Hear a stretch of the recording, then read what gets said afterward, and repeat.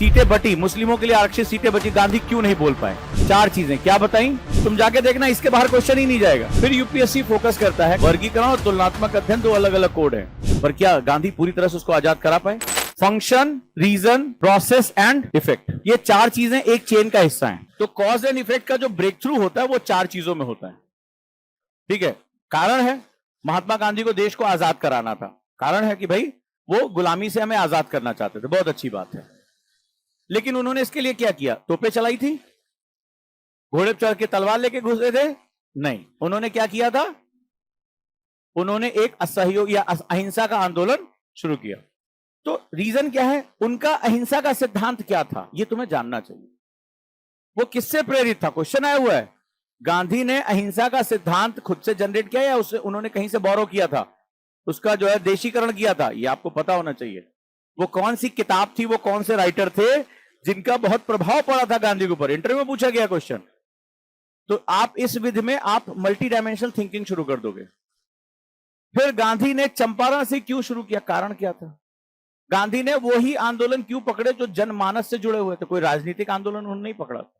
उन्होंने जनमानस, दांडी यात्रा, नमक कानून को, नमक किससे जुड़ा हुआ था? आम जनता से। आप देखिए गांधी के सारे आंदोलनों के पीछे एक कारण छुपा हुआ, मास। वो जन नेता कहलाए। उन्हें पता था कि अंग्रेजों से लड़ने के लिए हमें मास मूवमेंट की जरूरत पड़ेगी। क्या प्रभाव रहा? देश आजाद हुआ। पर क्या गांधी पूरी तरह से उसको आजाद करा पाए? तो विभाजन क्यों हुआ? प्रभाव में क्या होता है? दोनों चीजें होती है। तो कम्युनिज्म जब संप्रदाय के हिसाब से बांटने की बात हुई तो गांधी क्यों नहीं रोक पाए उसे? गांधी पूना पैक्ट में अंबेडकर के साथ लड़ते हैं और कहते हैं कि हिंदू धर्म में विभाजन नहीं होगा, लेकिन जब कम्युनल सीटें बटी, मुस्लिमों के लिए आरक्षित सीटें बची, गांधी क्यों नहीं बोल पाए? गांधी क्यों खिलाफत के आंदोलन को भारत के हिसाब से सही नहीं बता पाए? क्यों उन्होंने ऐसा कहा? क्यों वो एक संप्रदाय की संतुष्टिकरण करने के लिए दूसरे संप्रदाय को उन्होंने दबाने की कोशिश की और जो बहुसंख्यक था उसको एक गलत मैसेज गया? तो ये क्या है? ये प्रभाव है। प्रभाव में आप दोनों चीजों को जब प्रभाव तैयार कर लोगे तब आप एक्चुअली में मूल्यांकन कर पाओगे। ठीक है, 4 चीजें क्या बताई? चीजों का फंक्शन कैसे होता है, चीजें फंक्शन कैसे करती हैं। ठीक, कारण क्या है? अगर कारण नहीं है तो यूपीएससी के लिए वो मेयरली डाटा, भूल जाओ, उसको ध्यान ही नहीं देना है। अगर तुम्हारे पास कारण मौजूद नहीं है उसके लिए तो यूपीएससी, अगर तुम ध्यान से देखोगे पूरे सिलेबस को ना, तो हिस्ट्री में एक एक राजा के बारे में नहीं पूछता है। वही कुछ राजा जिन्होंने कुछ इतिहास के कालखंड में एक धारा को परिवर्तित किया, एक स्ट्रीम को चेंज किया, बस केवल स्ट्रीम में वही पूछा जाए। नाम गिना देता हूं, मौर्य, गुप्त, हर्षवर्धन, सल्तनत, विदेशी आक्रमणकारी, मुगल, उसके बाद इसके बाद 1857 के पहले की क्रांति, प्लासी का युद्ध, वो भी एक टर्निंग पॉइंट था क्योंकि अंग्रेज भारत में आए, बंगाल का द्वैत शासन रटा हुआ है। तुम जाके देखना, इसके बाहर क्वेश्चन ही नहीं जाएगा। अगर आप 12th कर चुके हैं तो अब सोचना किस बात का। 12th के बाद जीरो टू हीरो बैच जैसा नाम, बिल्कुल कॉन्सेप्ट से शुरू करते हुए बेसिक एनसीईआरटी के साथ, हैंडल विद केयर के साथ, जहां पर आप अपने कॉन्सेप्ट को डेवलप करते हैं, वहां से लेकर प्री कम मेंस, सीसैट, इन सभी एडवांस क्लासेस को अगर एक जगह कंबाइन किया जाए, एक जगह इकट्ठा किया जाए, तो उसका नाम है जीरो टू हीरो बैच। सोचना किस बात का है। ग्रेजुएशन के साथ तैयारी सबसे बेस्ट टाइम होता है। अभी कभी दिए गए नंबर पे कॉल करें, दिवाली ऑफर का फायदा उठाएं और जुड़े इसके साथ साथ कैसे आपको करनी है यूपीएससी की तैयारी। पॉलिटी में केवल 24 पार्ट हैं, केवल 24 हिस्से, 24 टॉपिक्स हैं, बस कुछ है ही नहीं है कुछ पॉलिटी में। केवल 24 टॉपिक हैं। ये तुम्हें लगता है सिलेबस बहुत बड़ा है, और वो क्यों रखे गए? क्योंकि वो देश, समाज, इतिहास, भूगोल, इनमें एक क्या करते हैं? परिवर्तन लेकर आते हैं। जलवायु विज्ञान उठा लो, समुद्र विज्ञान उठा लो, भारत का भूगोल उठा लो, फिक्स टॉपिक है यार। वो ये कहते हैं ये चीजें एक माइलस्टोन है, रीजंस क्रिएट करती हैं। क्या गुप्त काल के बाद कोई राजा नहीं पैदा हुआ? कभी कभी भूले भटके किसी का नाम पूछ लिया, पुष्यमित्र शुंग हुए, कुछ भी हुआ, लेकिन ये बेसिकली जो इनका स्ट्रक्चर है इतिहास में या किसी भी सब्जेक्ट में, जिन्होंने एक शिफ्ट क्रिएट किया है, केवल यूपीएससी उसके बारे में बात करता है। क्योंकि वो जानता है कि इस देर अगर फंक्शन क्रिएट हो रहा है तो वो किसी रीजंस की वजह से हो रहा होगा, वो कुछ नया हो रहा है, इतिहास का कालखंड जुड़ रहा है, सिर्फ वो इसके लिए पूछ रहे हैं, because that is a general studies. वो आपसे कोई स्पेसिफिक काम नहीं पूछ रहे हैं, जनरल स्टडीज कह रहे हैं। तो ये 4 चीजें याद रखना। नेक्स्ट है मूल्यांकन। रोल क्या है, भूमिका क्या है, चाहे सकारात्मक हो चाहे नकारात्मक हो, इसका रोल क्या है, इसकी भूमिका क्या है। हिटलर के बारे में बात होती है, प्रथम विश्व युद्ध के बारे में बात होती है, चाहे पॉजिटिव हो चाहे निगेटिव हो बात होगी।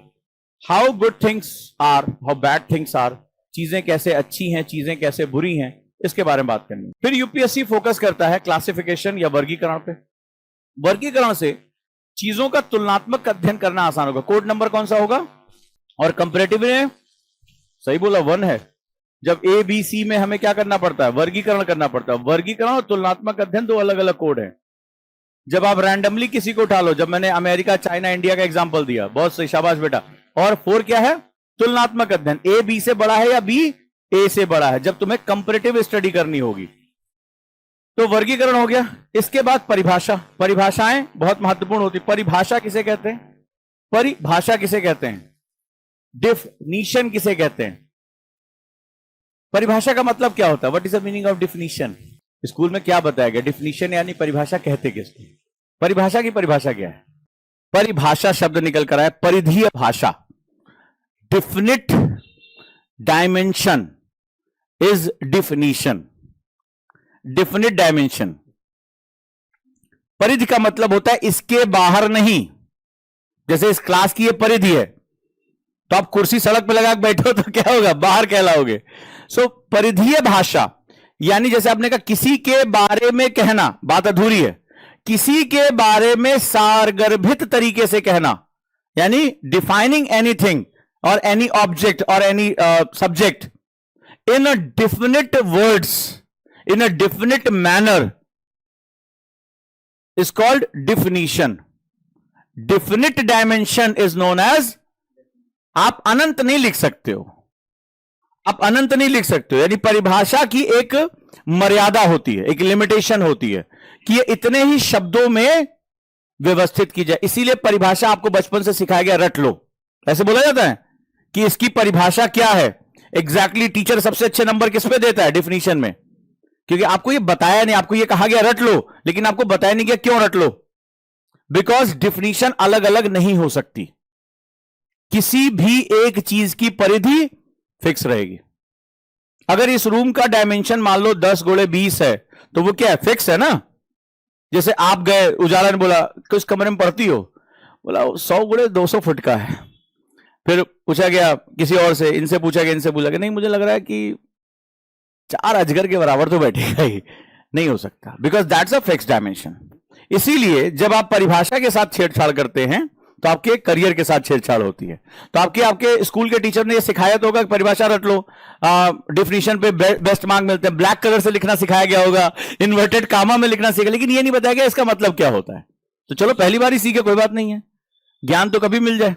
तो परिभाषा का मतलब होता है जो परिधीय भाषा, यानी इसका डायमेंशन, शब्द विन्यास तय है, इसमें आप कोई भी चीज छोड़ नहीं सकते। डेफिनिट डायमेंशंस, ठीक है, that is known as definition.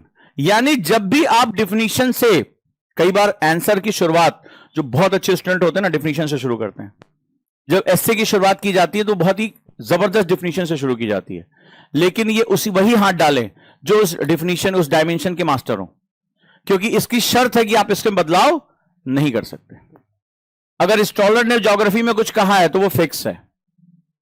अगर कोई चीज की परिभाषा दी गई है तो वो फिक्स। अगर ग्रेविटी की डिफिनीशन अपने हिसाब से थोड़ा नहीं कर सकते, न्यूटन को हम नहीं मानते हैं, जाओ, तो आप अपने हिसाब से बदल नहीं सकते कि हम आर ऊपर रखेंगे, जी नीचे, खत्म हो गई बात।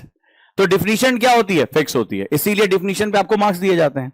तो आज के बाद जब भी आप डिफिनीशन पर आए तो डिफिनीशन को तभी हाथ लगाएं जब आप पढ़ते समय भी अगर कोई डिफिनीशन आपको मिल रहा है तो याद रखिएगा that is a definite dimension. इसको बहस नहीं सकते। ये 2 शब्द 2 लाइनों में, 1 लाइन में, 3 लाइन में फिक्स है ये, और उसको एज इट इज ही कैरी फॉरवर्ड करना पड़ता है।